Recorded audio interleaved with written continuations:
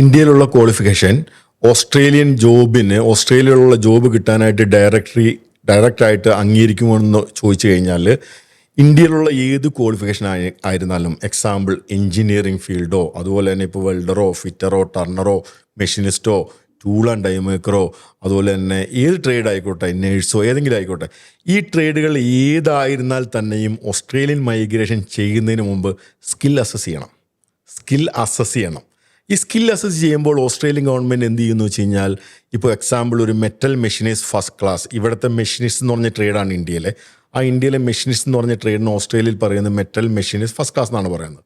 ഈ metal machinist first class ആയിട്ട് ഇവിടെ ഡിപ്ലോമ ഇൻ മെക്കാനിക്കലോ അതുപോലെ തന്നെ IT ഫിറ്ററോ ടർണറോ മെഷീനിസ്റ്റായി CNCയോ മെഷീനിങ് ഫീൽഡിൽ എക്സ്പീരിയൻസ് ഉള്ള ഒരാൾ സ്കിൽ അസസ്സിന് കൊടുക്കുമ്പോൾ Australian government metal machinist first class ആണെന്ന് പറഞ്ഞ് ഒരു പേപ്പർ കൊടുക്കും, സ്കിൽ അസസ് ചെയ്ത് കൊടുക്കും.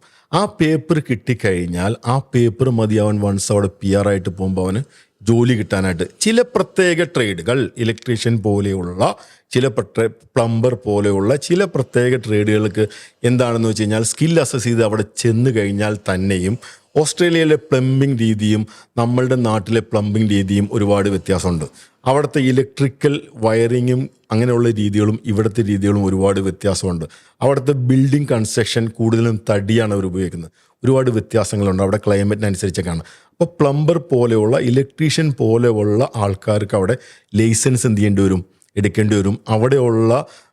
അവിടെയുള്ള നിയമങ്ങളനുസരിച്ച് ഇലക്ട്രിക്കലിൻ്റെയും പ്ലംബിങ്ങിൻ്റെയും നിയമങ്ങളനുസരിച്ച് പഠിച്ചിട്ട് ആ ലൈസൻസ് എടുക്കേണ്ടി വരും. അല്ലാതുള്ള എല്ലാ ട്രേഡുകളും മോസ്റ്റ്ലി എല്ലാ സ്കില്ലും ഇവിടെ നിന്ന് അസസ് ചെയ്ത് പോയി കഴിഞ്ഞാൽ അതേ പേപ്പർ വെച്ച് തന്നെ അതേ സ്കില്ല് വെച്ച് തന്നെ അവർക്ക് ജോലിക്ക് അവിടെ അപ്ലൈ ചെയ്ത് ജോലിക്ക് കയറാൻ പറ്റും.